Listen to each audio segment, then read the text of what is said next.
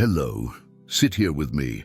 I'm going to tell you a story, not a fairy tale, but one about giants, men who were born humble, yet destiny turned them into legends.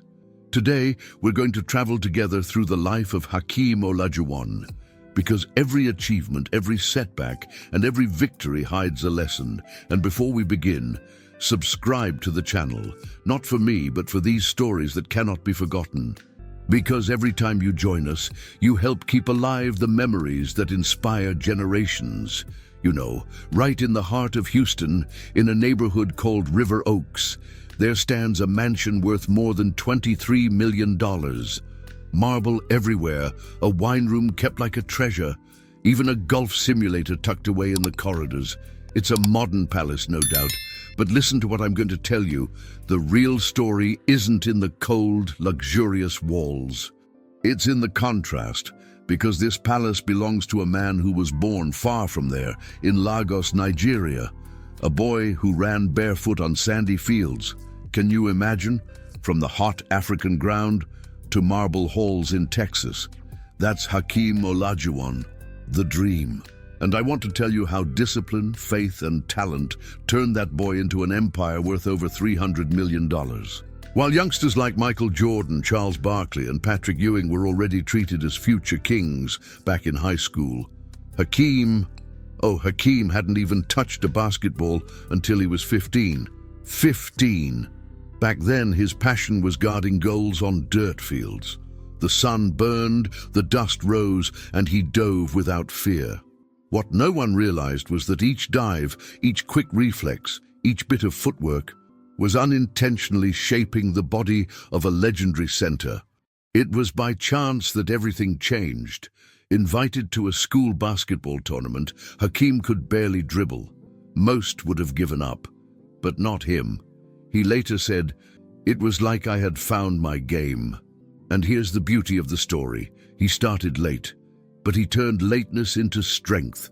While others trained to keep what they already had, he trained to conquer the impossible. There were no modern gyms, no. He trained on open courts, hard ground, under the African sun. Every detail became a lesson. The pivot of the foot, the explosion of the jump, the balance of the body. Improvisation was technique in the making. And look at this unlikely turn. The boy who at 15 didn't even know what basketball was, became the most elegant and technically gifted center the NBA has ever seen. Think with me. If you discovered your talent later than everyone else, would you quit or train until you turned delay into destiny? Coach's eyes in Nigeria soon opened. He was still raw, but he had height, energy, agility, and then came the unlikely invitation to study and play at the University of Houston. Imagine the shock, leaving Lagos, crossing the ocean, and landing right in the place where basketball is spectacle, business, and culture. He arrived without speaking good English, without money, without friends. The food was strange, the loneliness hurt, but the real challenge was on the court. There, he faced young men who were already stars before even entering college basketball. At first, he seemed out of place, lost, but every criticism became fuel. He trained like an obsessive, extra hours, endless repetitions, until the body responded on its own. Off the court, he studied games, learning like a student before a sacred book. And the transformation came. From insecure, he became the soul of the University of Houston's legendary Phi Slama Jama. That's where the nickname that would span generations was born. The Dream. His moves looked like a dream, as if time slowed down just to watch him play. And then, the moment of the big decision arrived. The year was 1984. The draft gathered names the world still reveres: Michael Jordan, Charles Barkley, John Stockton. But when the commissioner announced the first pick, it wasn't Jordan, nor Barkley, nor Stockton. It was Hakeem Olajuwon to the Houston Rockets. A kid who had only started playing basketball a few years earlier was now seen as more promising than Jordan. Can you imagine? In his debut, he already showed he wasn't there to play a supporting role. Arenas filled up to witness that rare blend of strength and grace. But the road wouldn't be easy. Against Larry Bird, he met lethal cold-bloodedness. Against Barkley, the brutality of collisions. Against Jordan, the global spectacle. But Hakeem didn't flinch. Every loss became a lesson. Every critique fuel, and the world began to understand. He wasn't just another center. He was redefining the position. The 90s, those were the golden years. After frustrations, he realized he needed to change. He refined his game, trusted his teammates more, became a leader. In 1994, the stage was the finals against the New York Knicks. 7 breathless games. Hakeem stayed calm, led the team, and Houston, after 3 decades, raised the trophy. NBA champion, Finals MVP. And the next year, 1995, came the trial by fire against young Shaquille O'Neal. Many said youth would steamroll him, but Hakeem showed that technique and intelligence still beat brute strength. It was a sweep, 4-0. Another title, another Finals MVP. Few can say they were in the same season, regular season MVP, Defensive Player of the Year, NBA champion, and Finals MVP. He did that in 1994, a one-of-a-kind feat.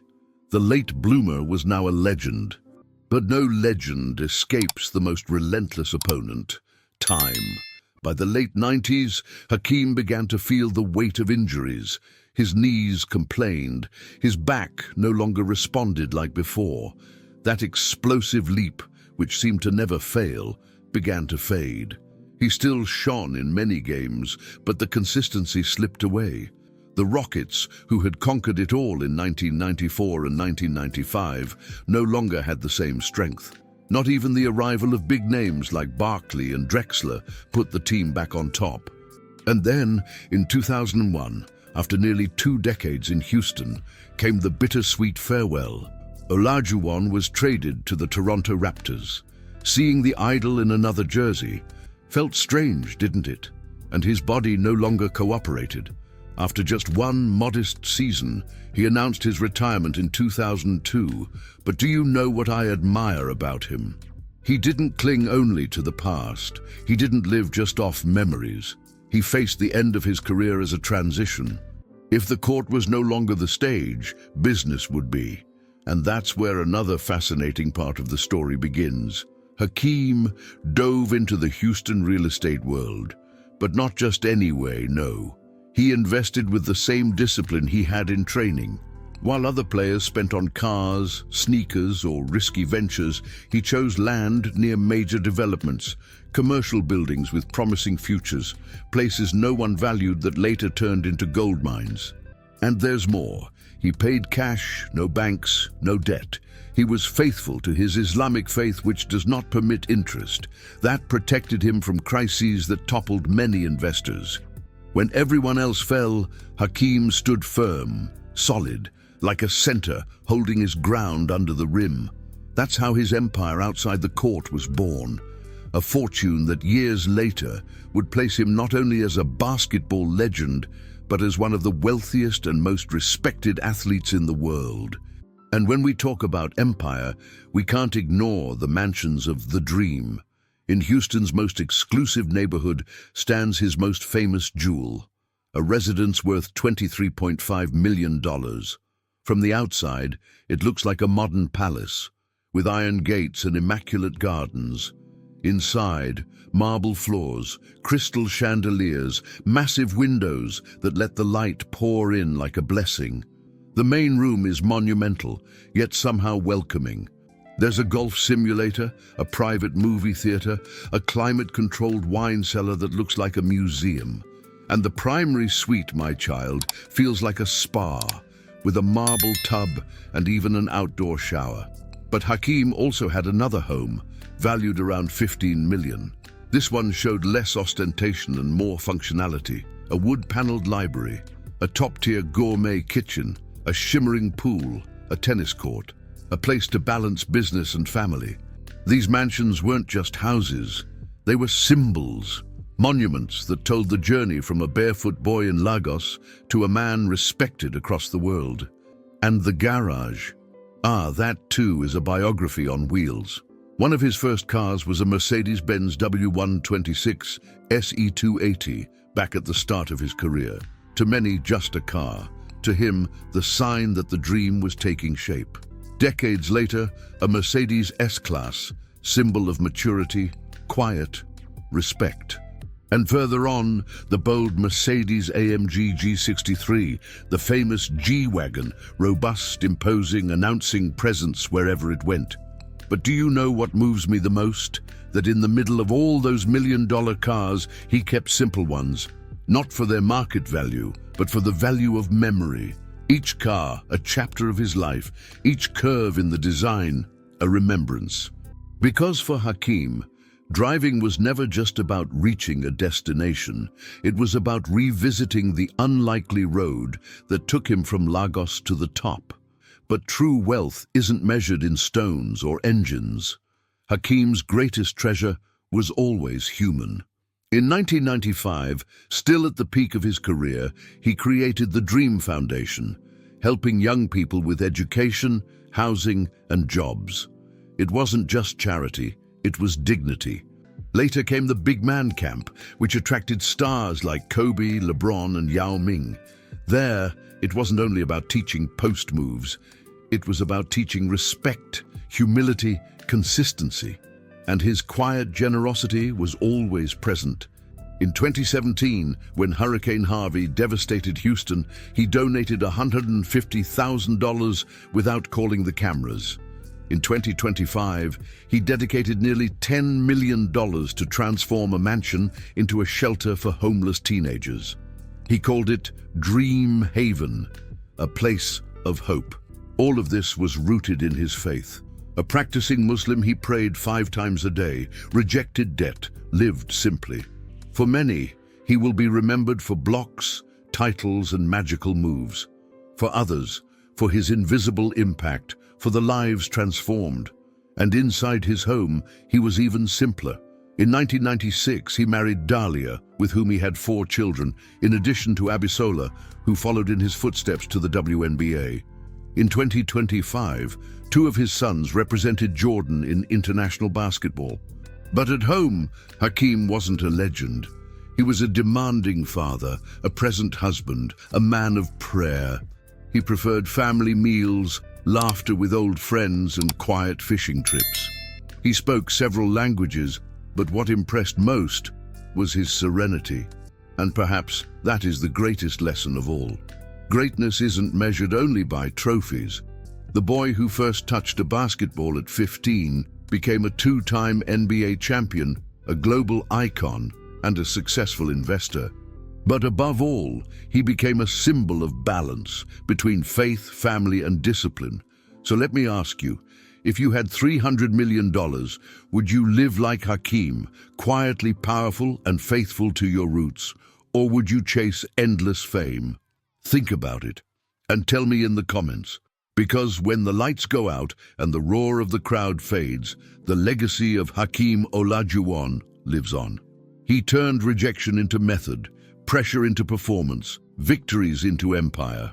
Today, his mansions shine, his cars roar, his investments grow, but none of that surpasses his greatest achievement, proving that true wealth is the kind that lasts for generations.